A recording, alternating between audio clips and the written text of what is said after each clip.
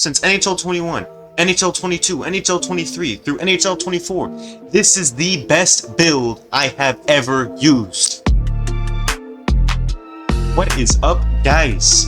Welcome to a build tips video. It's been way too long since I've done one of these, and the only reason I'm doing one, I wasn't gonna do one. I have the best build I have ever used, and when I find a good build, you know, people are gonna ask for them. So this is an easy way to show it, alright?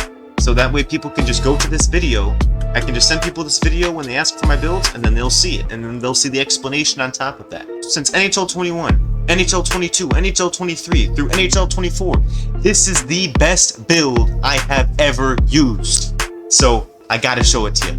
And also, I know there are gonna be some people that go into the comments and say that this build is no good, this is misinformation.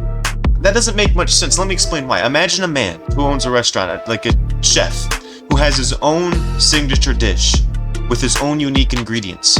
And before even trying the dish, the customers ask, what's in the dish? What's the ingredients? What's the dish? So the chef tells them. Then the customers say, that's wrong, that's misinformation, that's disgusting. How on earth could they even know that? Because they haven't even tried it yet and they're already calling it gross. And how is that misinformation? The customers ask what the ingredients were. The chef answers. That's not misinformation to answer that kind of question. I'm like a chef who has his own unique ingredients. It's only fair that before you critique my builds, you try them first. Also, it's not misinformation to share my builds when people want to see them. Why would I lie and show trash builds when I literally use them on and off camera? That makes no sense. Now, with all that said, let's go. Alright, so for about 3 years now, I don't think I've ever touched the hybrid builds. And then the first time I did, I built it with my own style. Now, I'll put a link in the description of the live stream where I built this build. The whole process is there of how I built it. Now I'm going to explain why I built it. Let's get into it. This is my hybrid build, okay? This is the build that I use competitively. This is the best build I have ever used. My unique ingredients here. This is a build no goalie would think to make, but I think that's why it makes it so good, because as you can see, there are certain aspects that goalies never use. Like I have contortionist in gold. I only have one silver slot. I don't have high agility. We're going to explain all of that, break it down right now. Alright, so first of all, I'm using a hybrid. Now, let's get into... It's important to establish how builds work for goalies in this game. If we click on the build, look at the top right. Hybrid goalies have excellent reflexes and the best shot recovery. That right there is exactly what I like. I like recovery. Recovery is the most important thing in this game, which I think is the key. Well, let's keep reading. They're good at stopping breakaways, but have weak rebound control. Don't expect great high and low save abilities because of their well-rounded approach. That last sentence there was the deal breaker for me. That last sentence was the entire reason I didn't use hybrids for years. But I decided to try it out and build it with my own style. 6'5", alright? 6'5". I used to use 6'3", because I think 6'3" and lower is how you save post shots. I think when you have short builds, you actually are better on the post. But I think the negatives outweigh the positives. You're good at saving post snipes, but you're not that good at anything else. You need to be perfect with the short build. So I use 6'5". 190 pounds because I think that's the most logical way to build builds for the hybrids, because if rebound control already isn't good, this is where the DNA of the build is important. Rebound control in general for the hybrid is no good. Even if I have 99 rebound control, it won't matter. The 99 rebound control for a hybrid is different from a 99 rebound control on a butterfly, or a different build that's better at rebound control. So if in the DNA rebound control isn't good, I'm not going to put it on. Okay? So, I use contortionist. But why? Well, let's look at the DNA of contortionist. Exceptional save range, recovery, and save ability while in spread V with or against momentum. Nobody would use this perk but me, because people don't understand how perks in this game work. So basically, EA lies a lot, and contortionist is a good example of that. They say that it only works when in spread V or spread eagle, whatever you call it. That's a lie. That's an absolute that's just an outright lie. Just take out the spread V in the sentence and read it like this. Exceptional save range, recovery, and save ability with or against momentum. That's what contortionist really is. It doesn't matter if you use spread V or not. I can tell you contortionist is beastly.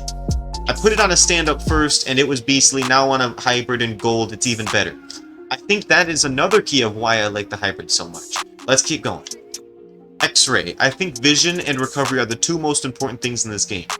And vision is a good second place, like very close. So that's why I have X-ray on. There's no perk for recovery, so X-ray is the next best thing. Now let's explain why I only have 2 silver slots. This might be a placebo effect, but either way, this build works. Ever since when I started building this build and I was testing it, whenever I put on an extra perk, like light work, the build messed up.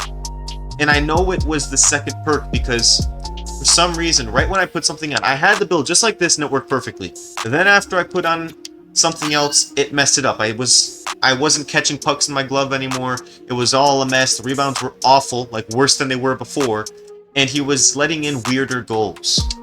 So maybe some perks will work in the second slot without messing it up. You guys can experiment with it, but don't take that for what the build is. If you put on a second perk and the build stops working, don't blame the entire build.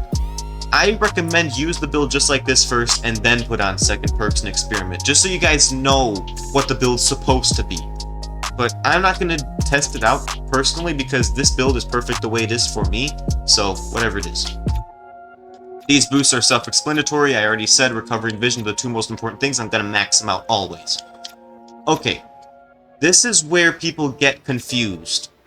Glove low, glove high, stick low, stick high. Does it matter, does it not? Like, what is it? What is the answer? No other goalie answers this question. They just say it matters and then they just move on. They don't explain why or what. Glove low, glove high, all of this doesn't matter for save ability. It doesn't make you save things better if you it doesn't give you better glove animations if you have a higher glove low or glove high. If it does anything, it matters for movement. If it does anything at all. I'll still have to experiment a little bit more, but I'm pretty sure if anything, it matters for movement. Other than that, glove low, glove high doesn't matter one bit for me. So I just keep it the way it is or just up the 5-hole. I don't even know if 5-hole matters anymore, but I just keep the build like this because it works, so whatever it is. This is where people make or break their entire thinking of goalie. They think agility is the most important thing in this game. I think people are stuck in old times when agility actually did something. Agility this game, you don't want it too high or too low. That's why I have it at 86. I think 86 agility is the perfect agility. I think anything above that, the computer doesn't do enough, and then anything below that, he does too much and the computer messes itself up. I think 86 is the perfect agility, so I keep it there for me. And speed doesn't matter for movement. Don't tell me in the comments you need 90-something speed, you need high speed to move for cross creases. I think people in the comments actually don't think I know what I'm talking about, and they think I've been playing this game for a couple months and I don't test things. Speed does not matter for movement. Until someone shows me side-by-side footage of high speed versus low speed moving across the crease, I will never change my thinking on speed. Ever. It does not change a thing. I'm telling you this. So I just -5 it and I'd rather put it in endurance. This stuff here, these last 3 perks, poke, check, durability, endurance, those are personal preference. I have it set up like this for me. You can change that, I guess, however you feel. Okay, this is where the build's core is. The positioning, with the rebound control, the vision, the breakaway, the angles, the recovery.